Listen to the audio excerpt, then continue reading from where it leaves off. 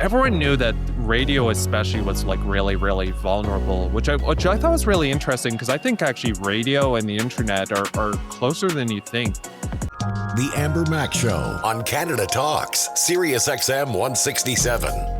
Welcome to the Amber Mac Show. Coming up in today's episode, a warning about Meta's smart glasses and what information you're recording that might not be so private.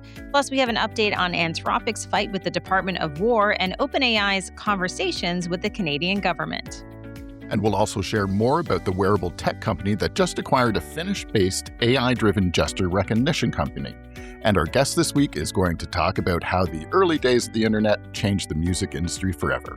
So let's get into this week's headlines. Newsfeed. Well, I covered Anthropic's admirable stance against the Department of War's demand that Anthropic remove guardrails that would allow the Pentagon to use Anthropic's Claude AI to be used in mass domestic surveillance and for fully autonomous weapons in last week's The Other Mac. And it looks like Defense Secretary Pete Hegseth is following through on his nonsensical threats to declare Anthropic a supply chain risk, meaning Anthropic will be forbidden in many ways from working with companies that work with the Pentagon, to which Anthropic CEO Dario Amodei responded with, "We do not believe this action is legally sound, and we see no choice but to challenge it in court." It looks like Anthropic is not alone in its assessment, with a group of former national security and defense officials sending a letter to lawmakers declaring that the use of this authority against a domestic American company is a profound departure from its intended purpose and sets a dangerous precedent, which is to protect the United States from infiltration by foreign adversaries, not from American innovators operating transparently under the rule of law. Applying this tool to penalize a U.S. firm for declining to remove safeguards against mass domestic surveillance and fully autonomous weapons is a category error with consequences that extend far beyond this dispute. Well said. Yeah, but don't worry, as it seems to be the way in the U.S. these days, that there's always a sleazier alternative ready to abandon any principles for money.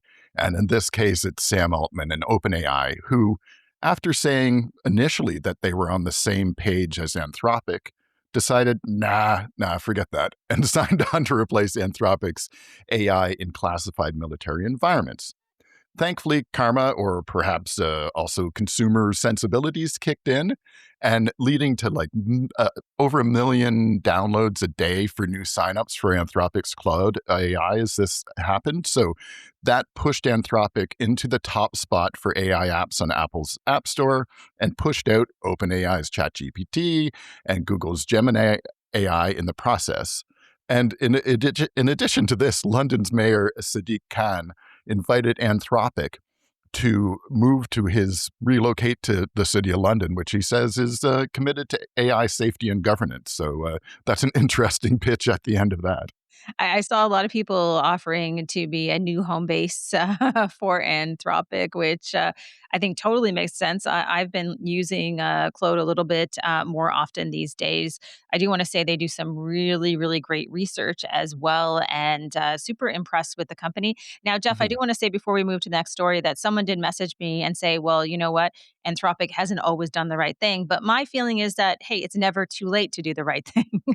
Yeah, and it's, perfect is the enemy of the good, or whatever the expression is.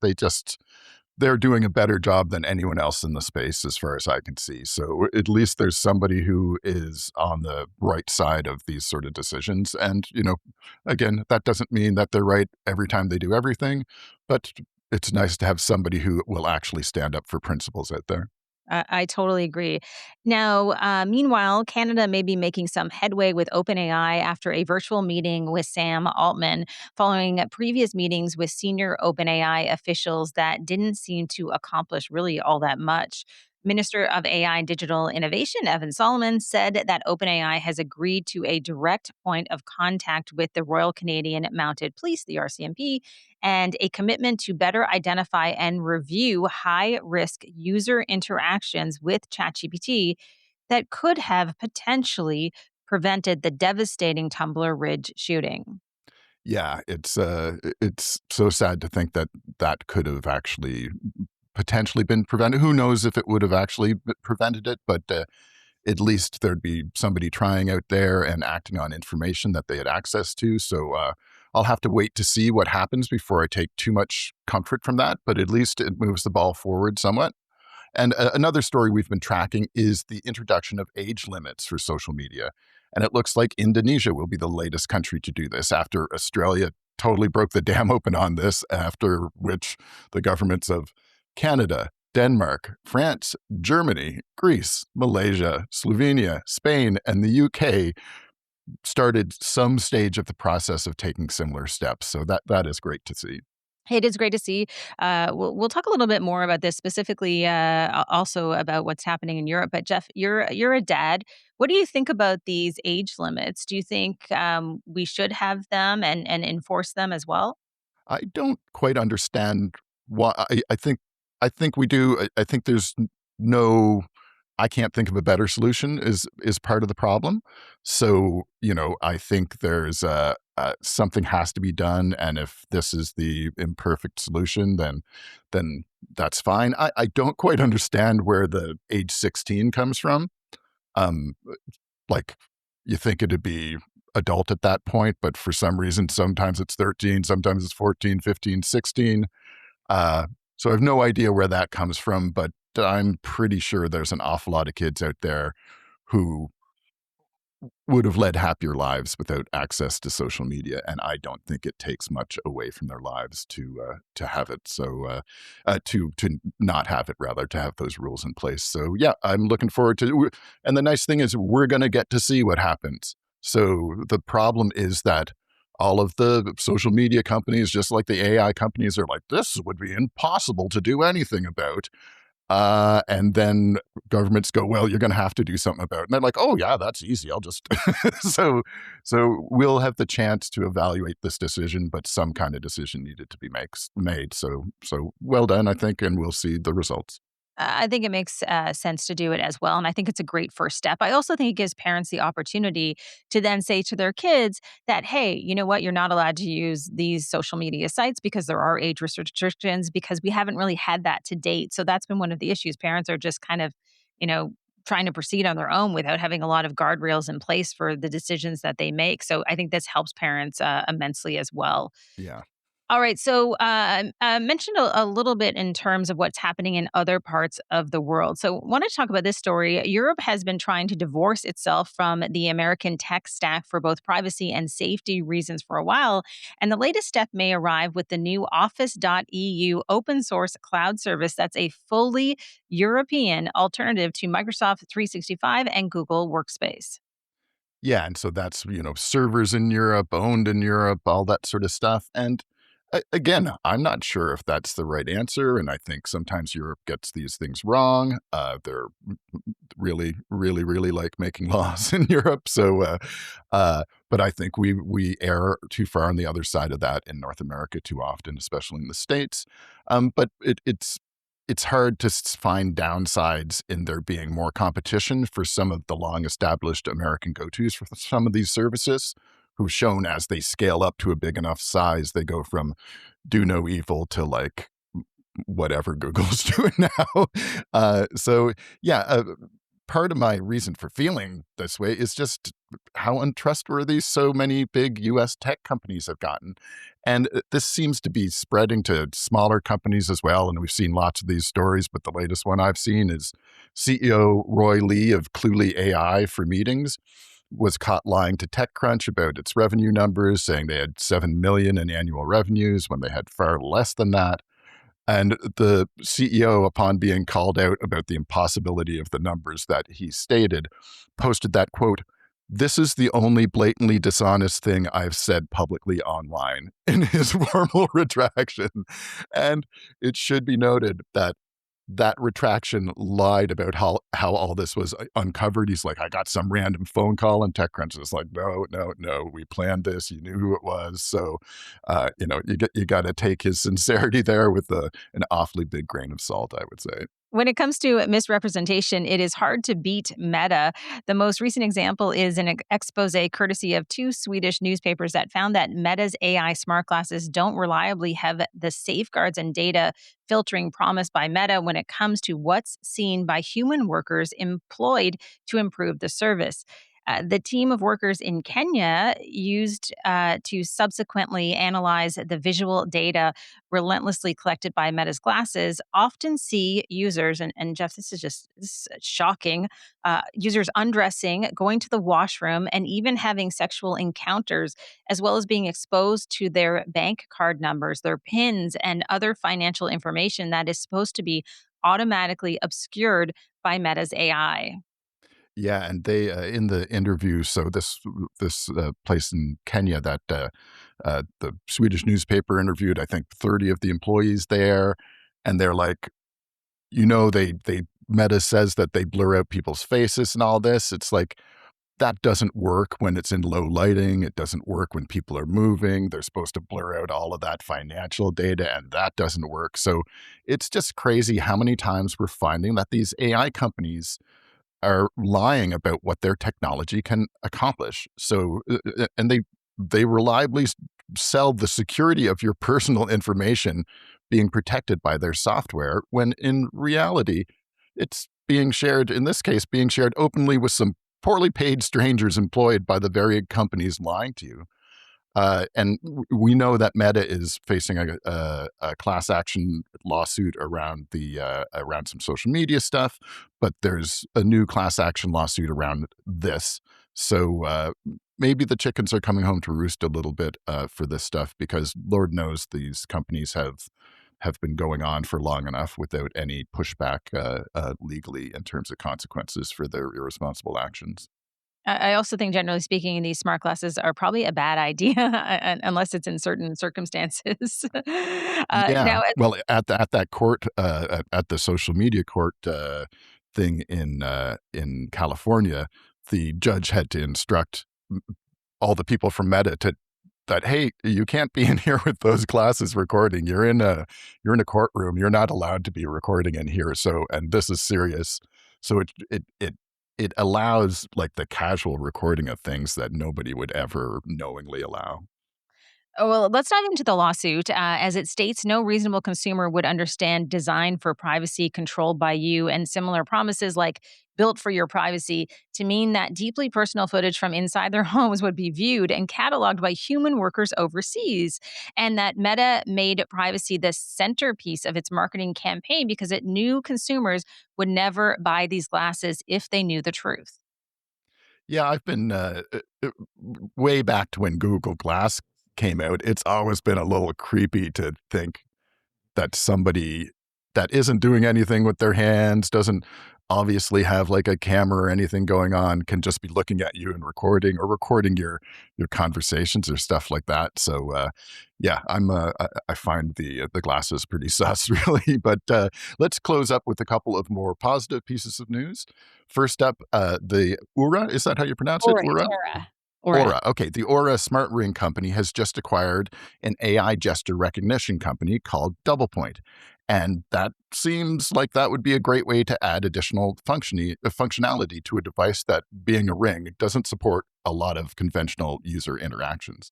Yeah, so my son just started wearing an Aura ring, and he absolutely loves it. It's really, really sleek, and I think it's super exciting that the next version of the ring will be powered by both gestures and voice. It'll be interesting to see how this also influences and affects similar wearables, and we will see over time. But some pretty cool stuff. Yeah, and what maybe OpenAI and Johnny Ive and all that, they've got some kind of AI wearable. It's fascinating to see what they're doing with something without an interface, just like Steve Jobs and the iPhone made your interface go from a keyboard and a computer screen to a touch screen. We're definitely taking the next steps here. Um, but I haven't really been super impressed with much in the way of wearables to date. I do like my Apple Watch well enough, but it's not really a life changer for me or anything. So I would like to see some more compelling wearables out there. But speaking of Apple, they've just announced new guidelines for Apple Music that will require labels to add what they're calling transparency tags that let listeners know when AI has been used in music uploaded to Apple Music. And this is something I think is essential and important because as a musician and composer, but also just as a listener, I really think people have the right to know what they're listening to and consuming, and when AI has been used for a significant part of that. I think that's really cool. I would also love to see this approach adopted maybe across social media as we move into the future, because I think more and more we're seeing AI slop in our feeds, and it would be good to see less of that on a daily basis. Yeah, and let humans take part in that. We're here for humans anyway. And if you remember a more human time on the internet, back in the good old days in the '90s and 2000, things really seemed a little bit brighter. The certainly social media was a happier place. And coming up next, our guest is going to share more on his new book called Track Changes, which is kind of a great name, actually, that takes us back to how digital technologies, including BBS communities, fan built websites, MP3 blogs, and more, were the standard fare on the internet. The Amber Mac Show on Canada Talks, Sirius XM 167. Cam Gordon is a Toronto-based writer, music researcher, communications professional, and cultural commentator. He once served as the head of communications for Twitter in Canada, helping to shape that platform's national identity. He spoke to Amber about his new book, Track Changes, the origin story of Canadian music on the internet. Here's their conversation. Retro Tech. Cam, thank you so much for joining me today. Yeah, good to see you, Amber.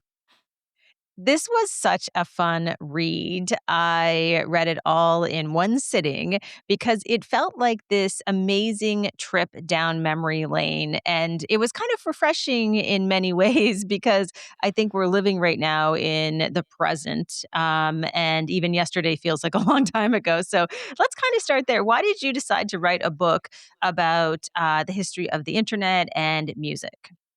Yeah, I mean, it's really something that drew on three different parts of my life. I mean, one, working in the tech space. I mean, you and I aren't strangers, Amber. I've been one of those PR people pitching you on LG cell phones and Twitter innovations and whatnot for years. So I had like a big history professionally in the tech space, but I've been a lifelong music fan. That's like the second part. And then I'd done a lot of like writing about music for Chart Magazine and other publications. So, like a lot of people, I always had in me, oh, I should write a book someday.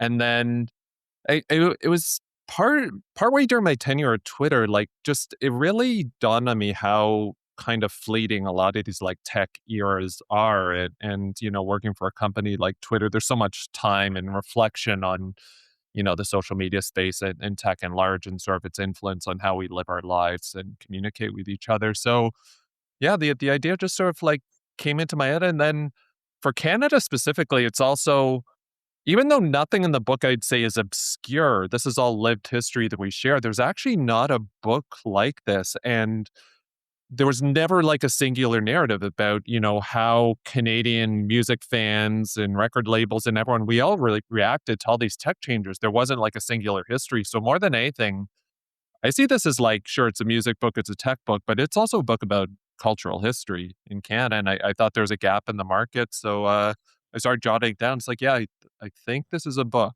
I sort of squinted and I saw a book and the story. So. I'm going to kind of go in order in terms of the book because you do that. I mean, it is in some ways chronological, although you do, definitely reference recent years. But I wanted to start with this paragraph in the book, and I'm going to kind of condense it because I think this is a great jumping off point. The internet in the 1990s started as niche and nerdy. In the 2000s, the corporate side went splat as the dot-com bubble burst. Even just in that passage, I mean, there is so much to unpack. But let's start with the fact that the internet back in the 1990s was a totally different place. Can you talk a little bit about your experience at that time in the context of both the internet as well as the music scene? Yeah, absolutely. So, I mean, as I mentioned, like I've been a lifelong music fan, and for anybody who's enthusiast about anything, they'll remember the very first time they went online, and all of a sudden, they just become part of all these communities over almost overnight. So for me, like we were kind of a typical household. We had like America Online. We had, I think we had the 5 hours a month to start, and then we had 10 hours. So, and what, being a music fan, one of the first things I did, I jumped right into like, chat rooms, and I found, oh, all of a sudden, oh my God, there's this website about Sloan, and oh, MTV has a website and whatnot. So I quickly went and I like forged all these little pockets of music community. I mean, it's something you see like from right those early stages, both on these early websites, and as well, you start to see on the labels. A lot of the people building the infrastructure of that time, they were enthusiasts. They were either just fans who were like really into a band, or maybe had some loose affiliation with the band. And then in the more corporate side, when you look at these big institutions, whether it's like Sony Music or Sam the Record Man or HMV, a lot of the people running their websites and doing a lot of their digital stuff, they could kind of come from anywhere. It might have been this person on the street team, or it might have been, the person in marketing who might have had a Commodore 64 back in the 80s. It was really, not an original thought, but it was the Wild West, and it was, hey, this guy gets the computer, and she's been on this internet thing. We got to get on here, and it really led to this like incredible year of just experimentation, and just like big ideas, and sort of the rise and fall, and it's one of those things that it kind of felt like it happened overnight, but when you look at the context of this book, some things took years and some things took days. I mean, and there's no rhyme or reason. Everyone was just figuring it out on the fly. I think one of the things that I thought about as I was reading this is I was contrasting the experience that I think all of us had in the early days of the internet. And I do want to add that I moved out to San Francisco in 1999, so certainly was involved in those early startup years, and then worked for Tech TV, which is like the geekiest thing you could possibly do. Sure. A Hey, few hey, I years was a later, viewer, so yeah. and one of the things I think about during that time, and you really hit the nail on the head when you say that it was about community, and then you contrast that with the fact that I know in 2015 you became the head of communication at Twitter Canada, and that in those early days too. That platform really was about community. I mean, there were certain unspoken rules about how you engaged with other people that I think unfortunately today are kind of lost. Yeah, yeah. I mean, well, one of the things that really hit home when I was writing this was just how similar, how, at least from a community perspective, all these different phases of the internet really were. I mean, when you look at like an AOL chat room, a Yahoo group, some of the stuff that's happening on MySpace, and then later with Twitter and Facebook and, kind of the social platforms as we know today, they were all versions of the same thing, in my opinion. At the end of the day, it's people finding other people and interacting online. So sometimes that's in public, sometimes that's in private, sometimes that's in a chat room, sometimes that's on an email list. But the fundamentals, like people connecting with other people, and I think that's the reason why a lot of us fell in love with the internet.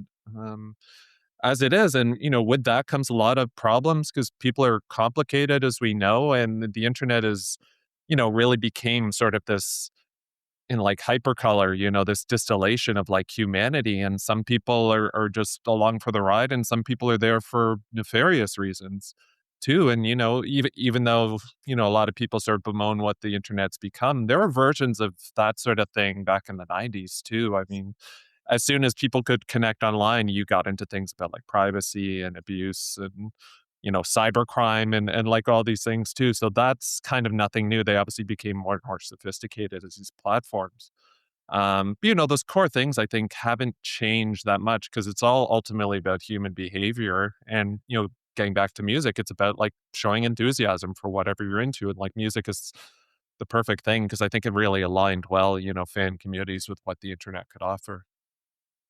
So when you think about the music industry, one of the things that I think about is that the music industry was really in the crosshairs of digital disruption, and Sure. what we saw, I think, during those years, which you talk about in the book, is the fact that many people at various stages of their careers in that industry had to adapt very quickly. And there were people, I do want to say, who didn't believe that the internet was going to have the impact that it actually had. And then there were those people who believed in innovation along the way. So I mean, you go as far back as to talk about the experience that people used to have with music, where you went into a record store and you bought albums. I mean, it has always been an industry at the center of disruption. Yeah, yeah, and I mean, music for years was like, it was a physical good that was bought and sold at retail in person. Certainly, one of the big like parts of this book is obviously the effect of Napster, and then when you talk about something that changed everything overnight, and that set like a lot of panic within the music industry. Certainly with the big labels who had all this investment in infrastructure and warehousing and retail and marketing and all these things. And, it CDs especially were like a very high margin product too. I mean, they were making a lot of money. So the labels are obviously gonna be like very resistant to change, but all of a sudden you had a huge portion of music fan that's like, okay, I could go to HMV, I go to Virgin Records and buy some CD for $20, or I can go on Napster, get it for free, and while I'm there, literally all the other music's also there for $0.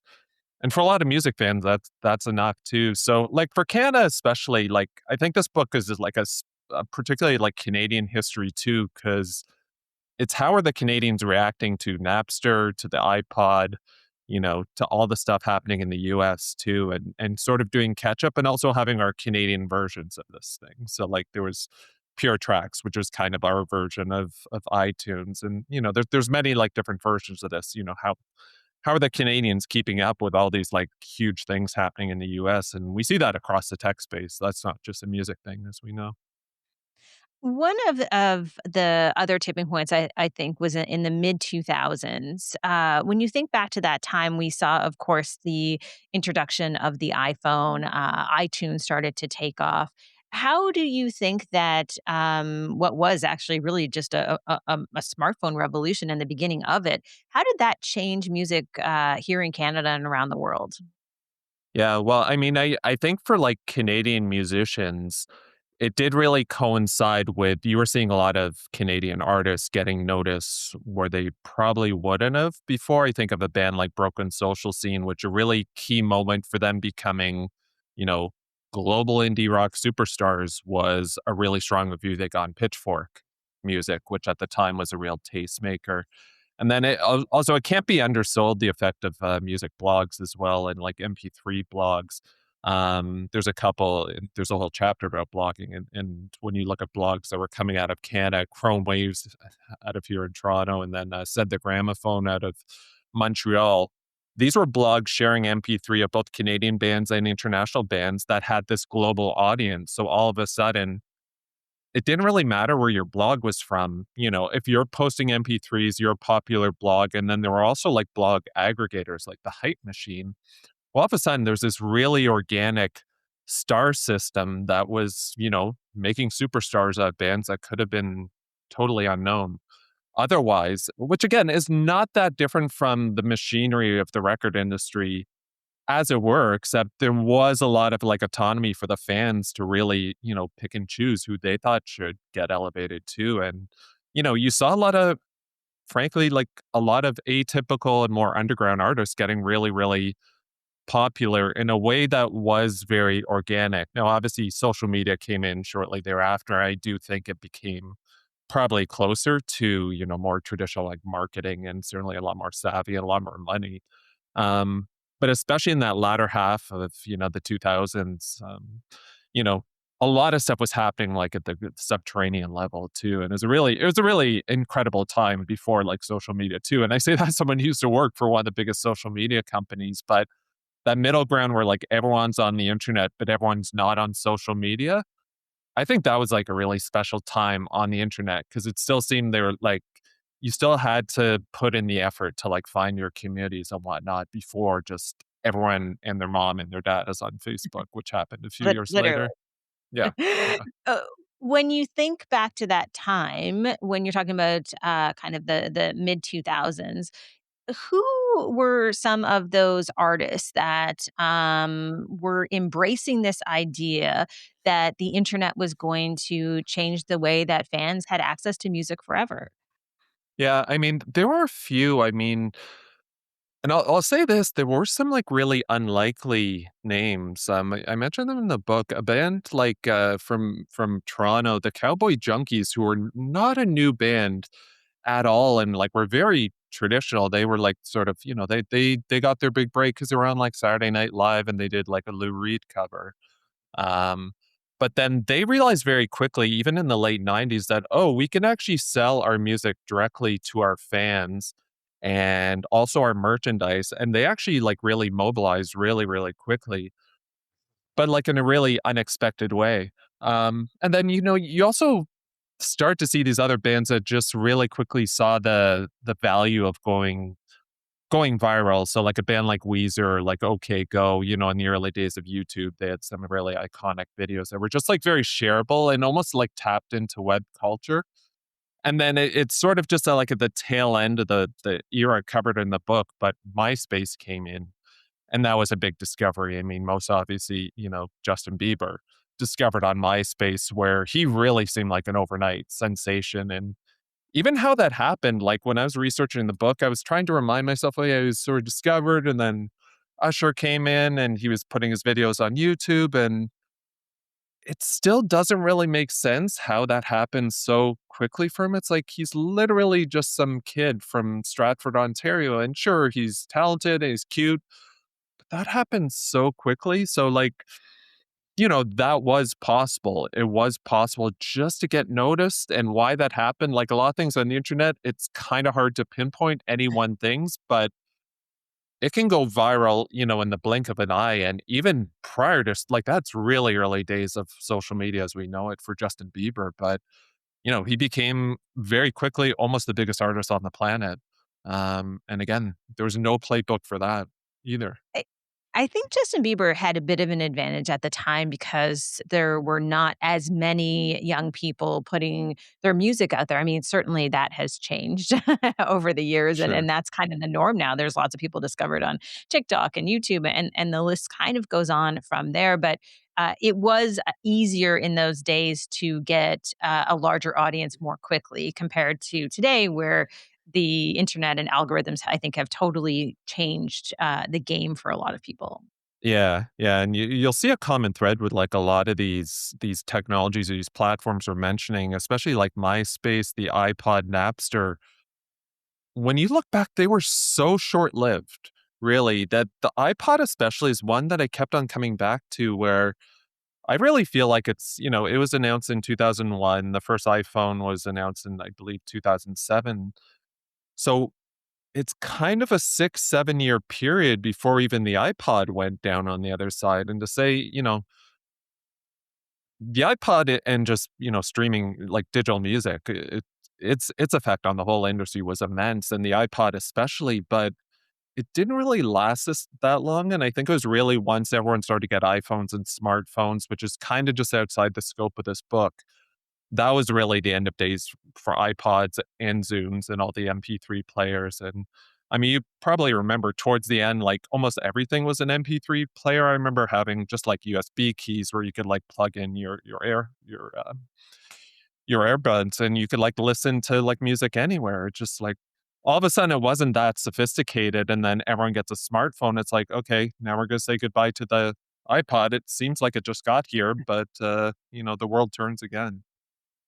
I'm curious what you think about people's relationship to music today, because there was another comment in the book that I wrote down here where you wrote, "For most, a song's history means absolutely nothing. All that matters is what it's doing at the moment. No message, no meaning, just vibes." Can you unpack that for me and explain what you mean in terms of the history of a song, and how people relate to it today compared to in the early days of the internet?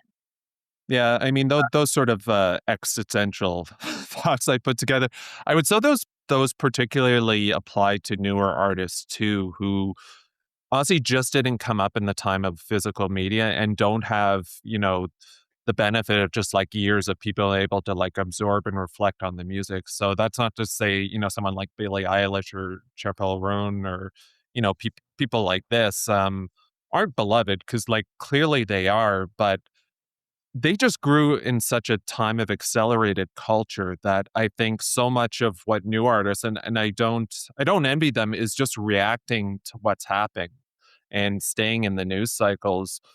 Whereas, there's also these legacy acts that seem like they've never been more popular. So I think of someone like Queen, for example, who, growing up, there was Queen, there was Led Zeppelin, they were always like a huge band, but they seem like they've gone to another level. I mean, I feel like we saw this this past summer with the Oasis reunion tour as well. They were always a really huge band, but that tour was just next level. And when you look at Spotify streaming numbers, they're still like one of the biggest guitar bands of all time. So you do see like all these relics of the past maintaining their popularity, but then you also see certain artists kind of just fade from the culture a little bit too. I always think of a band like REM or a band like Van Halen. For whatever reason, they don't seem to resonate as much with the current culture. And I think it's, why is that? Again, there's not any single reason, but I do think it's often a lot about the kind of the merchandising and sort of the broader. You're seeing this trend now with like a lot of bands selling off their back catalogs too. So a lot of the people who are surfacing their music, be it in like TV shows and advertising, sometimes and quite often, increasingly so, they have no affiliation with the artist. So that's the reason you see Ramones t-shirts everywhere, or Joy Division t-shirts, or Wu-Tang Clan t-shirts everywhere. So much music in advertising and movies, and all of a sudden you see these songs from the past, all of a sudden they start getting very popular again. And I think of a band like the Goo Goo Dolls. Their song Iris has been like in a couple of movies recently, and in some TV shows, and all of a sudden they can go back on tour and fill stadiums again, something they probably haven't done. So, and again, this all this stuff is so hard to predict as well. What's going to be like sticky in the culture and what's not. So this gets back to like newer artists. Um, it's just so fleeting, the success too, and like we see a lot of people have these like huge years and these huge singles, and then they just like totally fade away. Um, try as they might. It is kind of, interesting as you tell that story because I'm thinking about my son who just turned 17, and, he is a huge music fan, and we go to concerts all the time, so he has kind of reignited our passion in the household for live music, and, he has become a little bit of a TikTok influencer in the early stages, for his live concert coverage, and his most viral video, you're gonna laugh at this, is Green Day Okay, because sure. Green Day, here is a band that has been around for such a long time, but, we saw them play recently at a concert, and, of course, they changed some of their lyrics to say, "We don't want no MAGA agenda," and, Yeah. to update it, and I think that's kind of a perfect example of a band that has this long history and legacy that is actually continuing to be relevant. Yeah, absolutely. And again, for the legacy artists, there's so much less friction. Just if you want to do a deep dive on whoever, it's all there. I think about when I was like really getting into music in the 90s, and if I wanted to hear a certain artist that maybe I'd heard of but never actually heard their music, short of going to HMV and maybe buying a $30 imported CD, or maybe I had that one friend who had the album where I could, record it on a cassette, or, go to the magazine stand and buy like an import magazine to read more about them. It was really, really hard to just hear music in general. I mean, even if you had like, a favorite music video, short of recording it off your TV when it happened to be on Much Music, if you're ready to record that, this stuff was like very obscure, even like really, really popular artists. And again, we didn't live in an on-demand world versus now. Okay, so you're, someone in their teenage years, you get into Green Day. That band's been around like 30 years now. You can go and you could just spend all your time on YouTube and look at old concert videos, just old interviews, whatever you want. It's all there. Um, And, in some ways, is this good or bad for music fans? I mean, in some ways, it's incredible because we can just, we can have as much information as we want. But I think the one thing we lost, I think that quote from the book that you read earlier, I think gets to this a bit. I do think that there's something a bit more satisfying when there's some effort that's put in where, it's like, well, I had to work my summer job to get these 2 CDs, so they're gonna be more meaningful to me. Or, oh, I've only seen 2 pictures of this band, but I've got the 1 CD and then you sort of imagine, the fandom from there. So it's a bit of a trade-off. And again, the fleeting nature of like a lot of digital media, again, because it doesn't live in the physical world it's something I think we all struggle with. It's not just a music thing, but we think of like photography or certainly like literature, media, news, all these things, there's just such a deluge of like information and like content as well. We're all just trying to keep up too. And, again, I don't envy younger artists for just trying to like break through and like do something meaningful that's gonna sort of but the best thing about music, it's emotional. We have like these deep relationships with our favorite artists. Um, it's in some ways it's easier to get to fans more than it ever has been. In some ways it's more difficult too, because there's way more competition. One last question about that, and then I wanna talk a little bit about, radio and the disruption that radio has gone through, but I was thinking as you were speaking about the fact that, if you do go see live music on a regular basis, which I'm guessing you do, and like I mentioned, Sure. we do as well, like, almost weekly, I would say.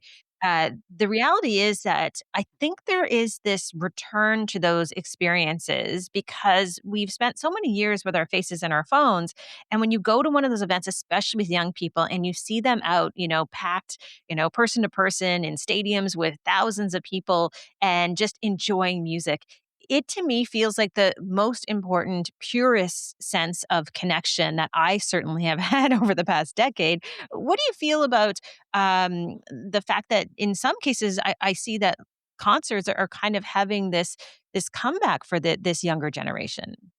Yeah, I think they've become almost more like a 360-degree cultural experience, far more than they ever have. And, this used to be a model, though.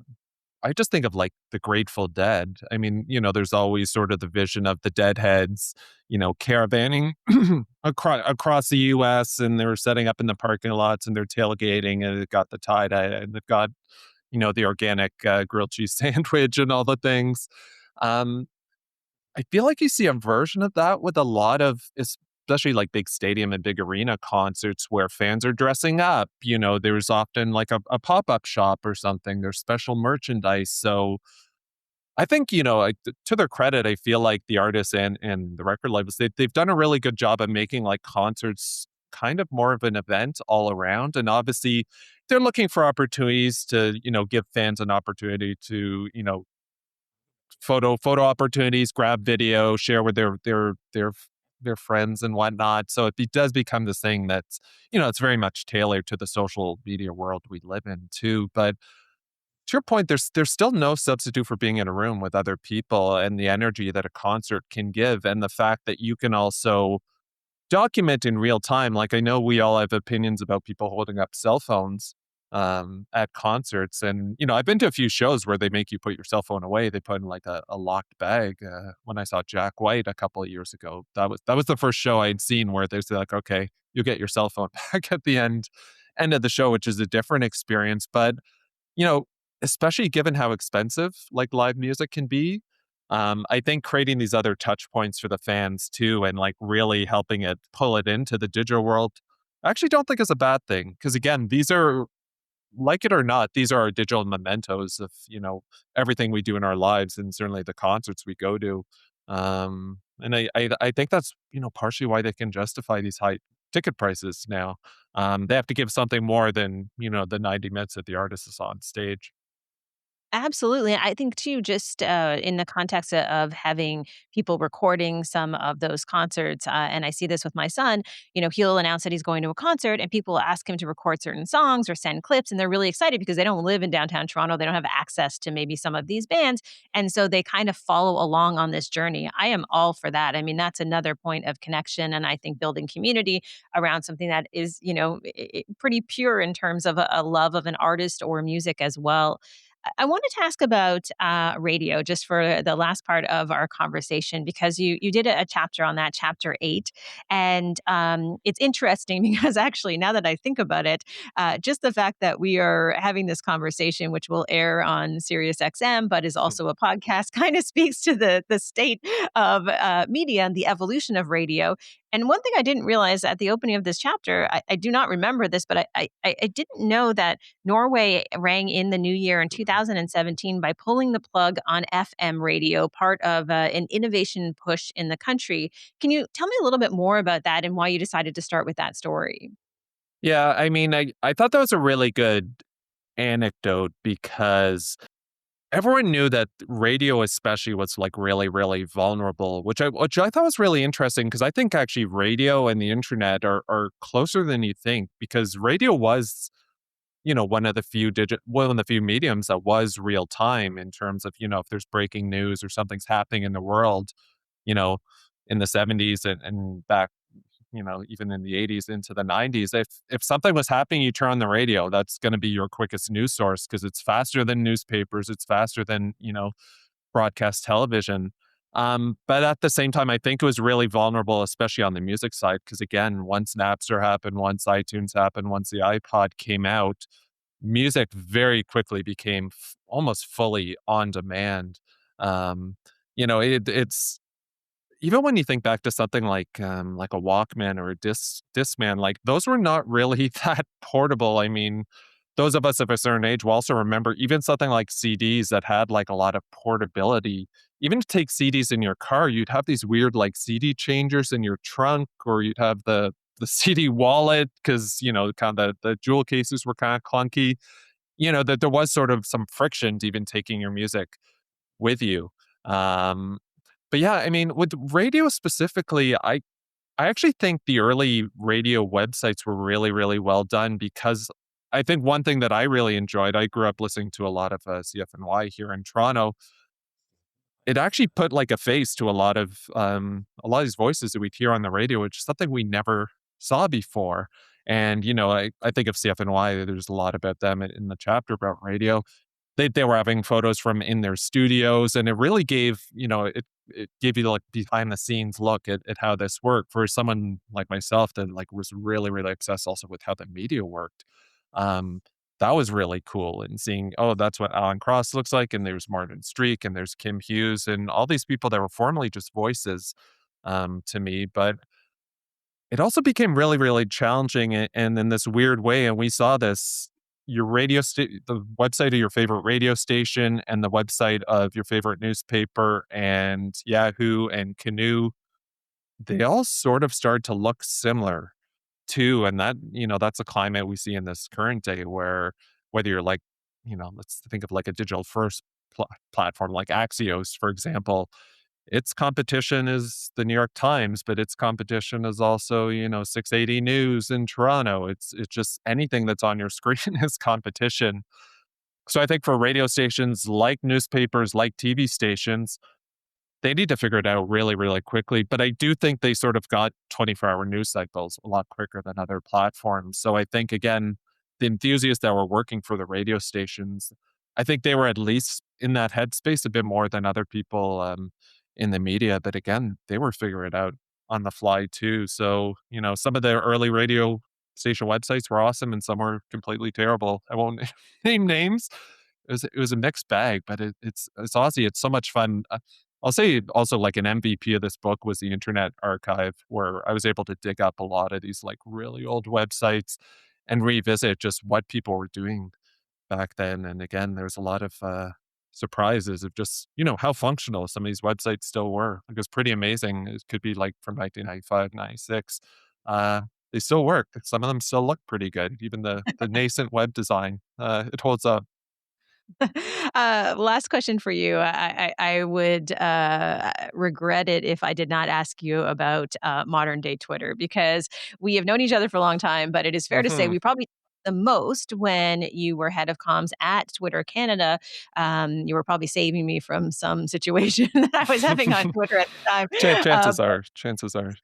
Chances are now it's probably a little too late to be saved from anything. I was thinking about Twitter in the context of 2026, and I feel like you couldn't even go on Twitter today and say, "Hey, I just had a great walk with my dog. What a beautiful day," without someone saying, "Oh, it must be nice to be able to breathe," or "What kind of dog do you have? It looks stupid." It's Hey, a the whole other replies world. reply guys are always out there.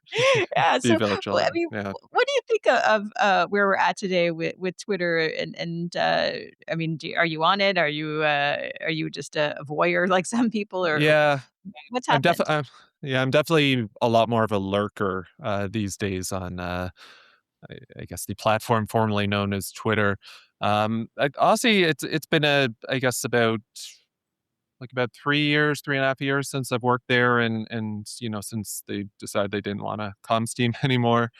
Um, I would say like one observation is I really don't feel like anything has fully taken its place. I mean, I think like a lot of things, the internet continues to like really spread out as kind of the monoculture continues to die. So I feel like, even you ask the question, where do people get their news in 2026? I feel like there's never been like less consensus on what that is. I feel like I still think it has relevance in some ways, but it's a bit of blue sky, it's a bit of Reddit. Um, I do wonder, especially with the effect of AI and sort of auto-generated content and imagery and whatnot, if we might actually see almost like good old-fashioned websites make a comeback, where there's a lot of, especially on the social platforms, like more and more. It seems like half the comments are, "Is this AI generated?" And it's gonna be, like, really challenging for X and Facebook and all the platforms just to, like, really get through that too, because there's just so much of it too. So I do wonder if people might actually go back to visiting, like, websites of, kind of the news they follow, or, again, the bands they like or whatnot, and they actually go back to, "Well, at least I know this is affiliated with that person too," because it's getting harder and harder, this age of, like, deep fakes and, again, automated content and whatnot, to really cut through and assess. I'm You're probably like me, like, I spend so much time looking at stuff, I'm like, "Is this AI or is this not?" Um, and that's something even, like, a year or 2 ago, we weren't having to spend time on this, and now it's just it's part of the experience of being on your phone or being on your MacBook. So yeah, we'll see where, X goes. I don't know, it's interesting also just corporately how it's sort of being folded into, some of the other ventures of, the owner there, so we'll see. I don't know. I mean, it'll be interesting. I'm just an observer at this point, so, I'll be watching like everyone else. All right. So if people want to get your book, it is called Track Changes. It just came out. So where's the best place for them to go? I'll just say, like, Google the name, and it's available at all the major booksellers, wherever you wanna frequent. It's out available now, and yeah, I feel like anybody who's listening to your show, Amber, would probably find something they would enjoy in this book, and I'll just say, like, as a final thought, when I set out to write this, one thing I definitely didn't want it to be, I didn't want to be purely a book about nostalgia. As fun as it is to go back and reminisce what it was like to have an iPod or shop at HMV, or, I guess statute of limitations is off going Napster. Um, I really want to be a history book and just show how the technologies and the platforms and the fan communities of yesterday really were the foundation of the internet today.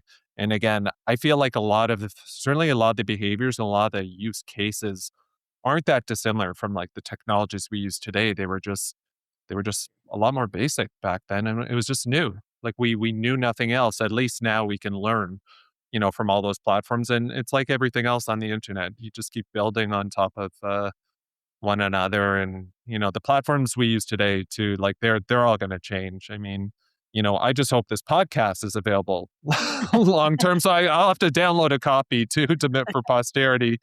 But again, it's the one thing we know about technology, it never stops moving. So Awesome. Thank you so much, Kim. thanks, Amber. This is great.